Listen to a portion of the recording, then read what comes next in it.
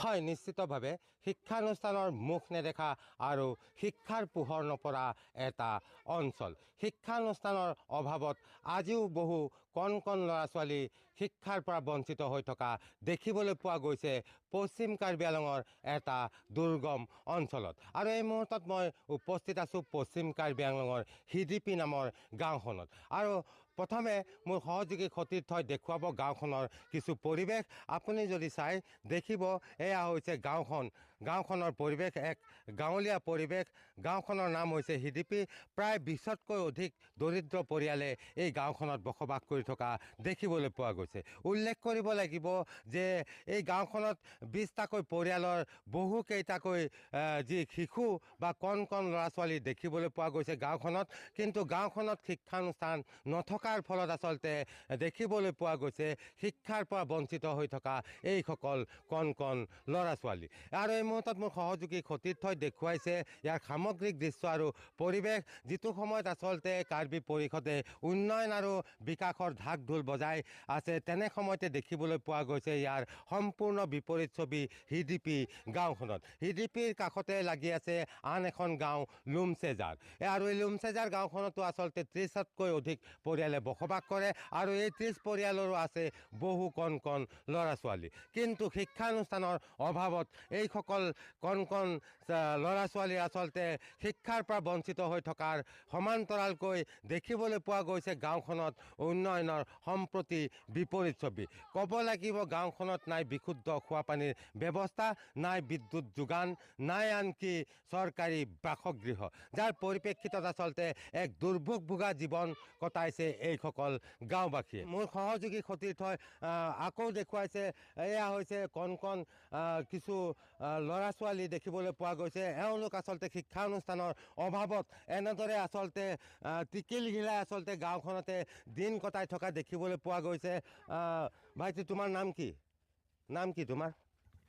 নাংমেন Kapil Allah, হা Allah, pill Allah. আনন্দ হা হয়, ইতিমধ্যে উল্লেখ কৰিব লাগিব যিখন গাঁও আছে অতিকৈ দুৰ্গম অঞ্চলত অৱস্থিত গাঁও, যাৰ পৰিপ্ৰেক্ষিতত ক'ব লাগিব তেওঁলোকে আচলতে অসমীয়া ভাষাও স্পষ্টকৈ ক'ব নোৱাৰে বা নাজানে। আৰু এনেদৰে দেখিবলৈ পোৱা গৈছে শিক্ষাৰ অভাৱত আচলতে তেওঁলোকে আচলতে বহি ঠাইৰ বা বহি স্থানৰ লোকৰ সৈতেও আচলতে যোগাযোগ ৰখাৰ ক্ষেত্ৰত আচলতে এক অসুবিধাৰ সন্মুখীন হোৱা দেখিবলৈ পোৱা গৈছে। কাৰণ গাঁওখনত অহা যোৱা কৰা যি বাট পথ আছে সেই বাট পথৰ অৱস্থাও আচলতে তথৈবচ বুলি ক'ব লাগিব, যাৰ পৰিপ্ৰেক্ষিতত দেখিবলৈ পোৱা গৈছে এনে এক পৰিৱেশৰ মাজেৰে আচলতে দুৰ্ভোগ ভোগী এই অঞ্চলৰ ৰাইজে আচলতে বসবাস কৰি থকা দেখিবলৈ পোৱা গৈছে। আৰু এই মুহূৰ্তত এগৰাকী দাদা আছে, মই তেখেতৰ সৈতেও কিছু কথা পাতিবলৈ যত্ন কৰিম। দাদা, দেখিছোঁ আপোনালোকৰ গাঁওখন হিডিপি গাঁও, ইয়াত প্ৰায় দেখিবলৈ পোৱা গৈছে 20টাতকৈ বেছি পৰিয়াল ইয়াত আছে। কণ কণ ল'ৰা ছোৱালী কিমান আছে? সৰু সৰু ল'ৰা ছোৱালী সৰুটো 20টা আছে। 20টা আছে। আৰু আপোনালোকৰ গাঁৱত এই ল'ৰা ছোৱালীবিলাক স্কুল যাব পাৰে নে নাই? স্কুল যায় নে নাই? নাই। স্কুল নাই ইয়াত? নাই, কিমান দূৰত স্কুল আছে ইয়াৰ পৰা? তো 5 কিলোমিটাৰ আছে। 5-6 কিলোমিটাৰ দূৰত। কি নামৰ, কোন জেগাত আছে? আমলেট। আমলেটত আছে। এই স্থানত আৰু কি গাঁও আছে? আৰু গাঁও আছে নেকি লগতে ওচৰত? ওচৰতে লুমচাজাৰ আছে। লুমচেজাৰত কিমান মানুহ আছে? এইটো 30 ঘৰ আছে। 30 ঘৰ মানুহ আছে। 30 ঘৰ মানুহ, তাতো ল'ৰা ছোৱালী আছে? আছে। তাত স্কুল আছে নেকি? স্কুল নাইতো। তাতো স্কুল নাই। ইয়াতে কাৰেণ্টৰ ব্যৱস্থা আছে নেকি? কাৰেণ্টটো নাই। পানী, খোৱা পানীৰ ব্যৱস্থা? পানীটো নাই ন, পানীটো নাই, চবটো নাই। একো নাই ন? ক'ৰ পৰা পানী খায় আপোনালোকে? পানীটো এনে ডাঙৰ পানীটো খায়তো, লাংটো এনেকুৱাটো। নলা যিবিলাক জুৰি আছে, জুৰি পানী বা নলাৰ পানী ব্যৱহাৰ কৰে। আৰু আপোনালোকে ঘৰ পাইছে নেকি? চৰকাৰী ঘৰ, যিটো PMAY ঘৰ আছে সেই ঘৰ? নাই, একো নাইতো। কোনেও পোৱা নাই নেকি? পোৱা নাই।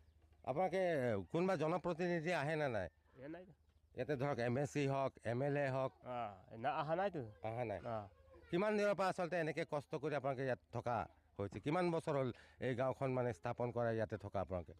এতিয়া পূৰা থাকিছে। অঁ, ইমান কিমান বছৰ হৈছে আপুনি থকা ইয়াতে? তো 70 হৈছে। 70 ইয়াৰ্ছ মান হৈ গৈছে।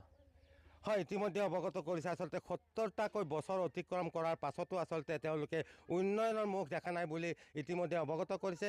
আৰু মোৰ সহযোগী সতীৰ্থই দেখুৱাইছে, ক'ব লাগিব এক উৰুষা পজাৰ মাজত তেওঁলোকে উৰুষা পজাৰ তলত এনেদৰে বসবাস কৰি নিজৰ জীৱন কটাই থকা দেখিবলৈ পোৱা গৈছে। কেৱল যি কৃষিজীৱী লোক আছে, কৃষিজীৱী লোকসকলে কৃষিৰ ওপৰতে নিৰ্ভৰ কৰি আচলতে তেওঁলোকে জীৱন নিৰ্বাহ কৰা দেখিবলৈ পোৱা গৈছে। উল্লেখ কৰিব লাগিব যে উন্নয়নৰ সম্প্ৰতি সম্পূৰ্ণ বিপৰীত ছবিত থকা এখন ঠাই এয়া হৈছে হিডিপি।